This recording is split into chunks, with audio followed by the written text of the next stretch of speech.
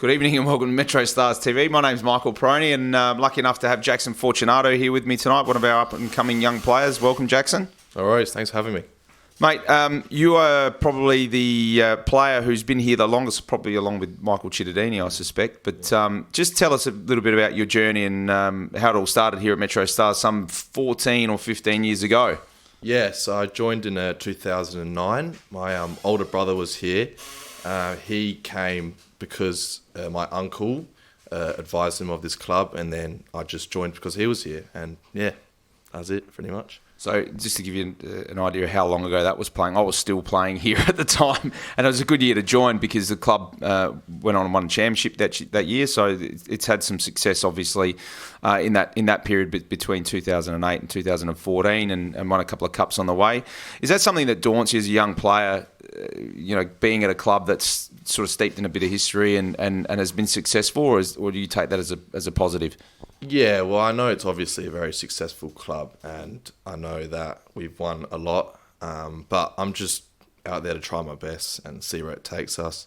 Like this year's been obviously a very good year.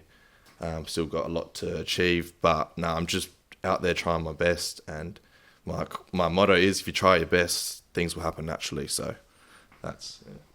Tell us a little bit about, let's go back to your journey. Obviously you started in 2009. Yeah.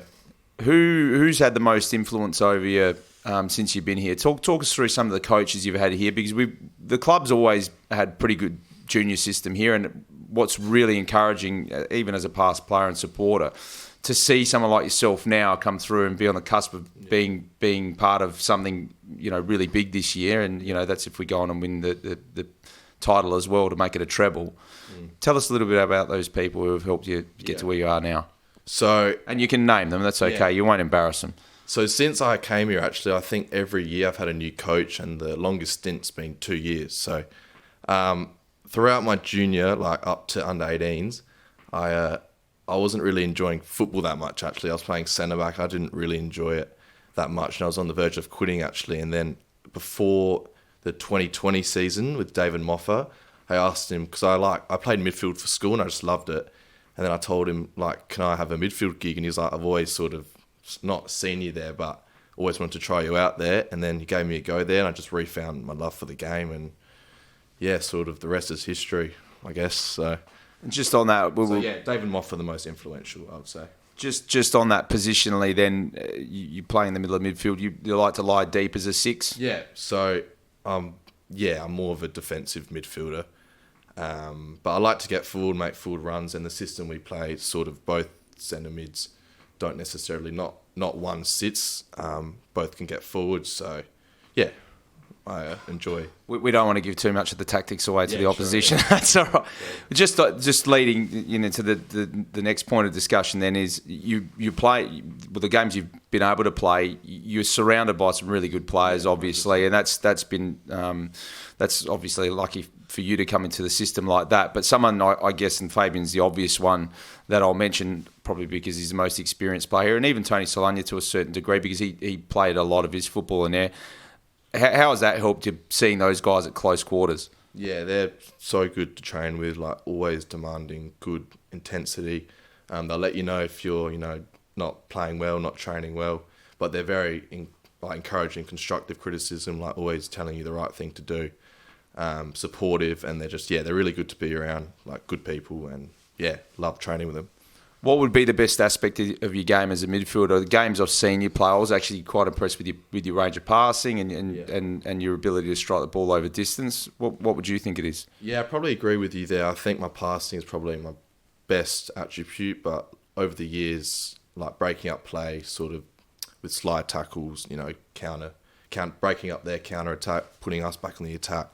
Probably those two would be the main two, but yeah, I've scored a lot of headers recently in the reserves and 18s over the past couple of years, so I can get up for a corner. But yeah, mainly those three things. So what would be the thing you got to improve on the most then? Yeah, probably just technical side of things, because obviously we have a lot of very skillful players like Hammer, Aussie, very skillful. So probably, one-on-one, just general skills, technical side of things. the midfield, I mean, there's strength all over the park. There's no doubt about that. You don't lose 2 games in a season because you don't have the players to do it. But being a part of that midfield, because really it's a squad that's going to win your titles and win your championships. Being part of that midfield where it is very diverse, I think that's where the club's got a slight advantage over other teams. And you've got mobility in Hamish Gow and obviously in Cameron and Fabian. So for you, I guess, being part of that, you need to understand that you complement that as well, bringing something different. Yeah, sorry, what was the question? No, I said you bring something different to complement that. Well, I'm probably the tallest out of our midfield, so yeah. When I come on, I try to use my height to win the headers. Physical presence, I guess. But yeah, that's a good point, actually. I've never really thought of that. Giving you some lessons that's all right, no problems. You zoned out a little bit there.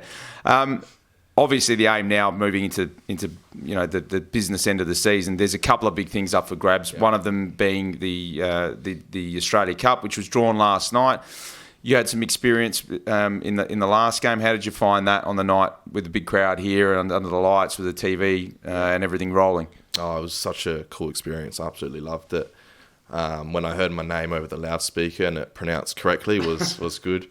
But I absolutely loved it. Played about 15, I think. So it was such a cool experience, and we managed to get a goal. So it was good. And I'll reiterate that it's a great experience for you younger guys. I mean, you're 20 years old now, but you've been in the system for a little while, and it's obviously a big deal. And then one more obviously to go after that, and we'll still have to wait to see who we're playing in the next round. But how much confidence does the squad take now from what you've been able to achieve so far over the season, and then running into a finals campaign? Oh yeah, we've obviously had a great season so far. We have full confidence in what we've got to go further. We're very, very keen. So, we're confident, very confident. We know we can do it. We know we can challenge an A-League side. We saw Campbelltown beat MacArthur, and we've beat Campbelltown 3 times. So, that shows that it's very possible. So, yeah. Last question. You've been here for such a long time. Obviously, you like it for some reason. What is that reason, or what are some of the reasons why you're so drawn to staying at the place, and what's made you stay for such a long period of time? I think the main thing is just the people. I've loved, staying after games. I'm one of the last few to hang around. People. Yeah, I probably noticed that after a game. Yeah. We were there till very late.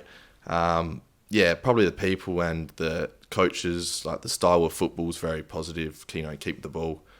Good attacking football. Probably those two are the main things. Well, mate, it's obviously we're lucky to have you here. It's a great story, to be honest, to start to see the fruition of investing into young players and coming all the way through, and now obviously playing in the first team. And I suspect there's much more to come from you in the next 4 or 5 or 10 years, hopefully. So all the best for the rest of the season. Thanks for joining me. I know getting the younger guys here sometimes is a little bit difficult because they're a bit shy, but you handled yourself well. Thanks, mate. Thanks, Michael. Cheers.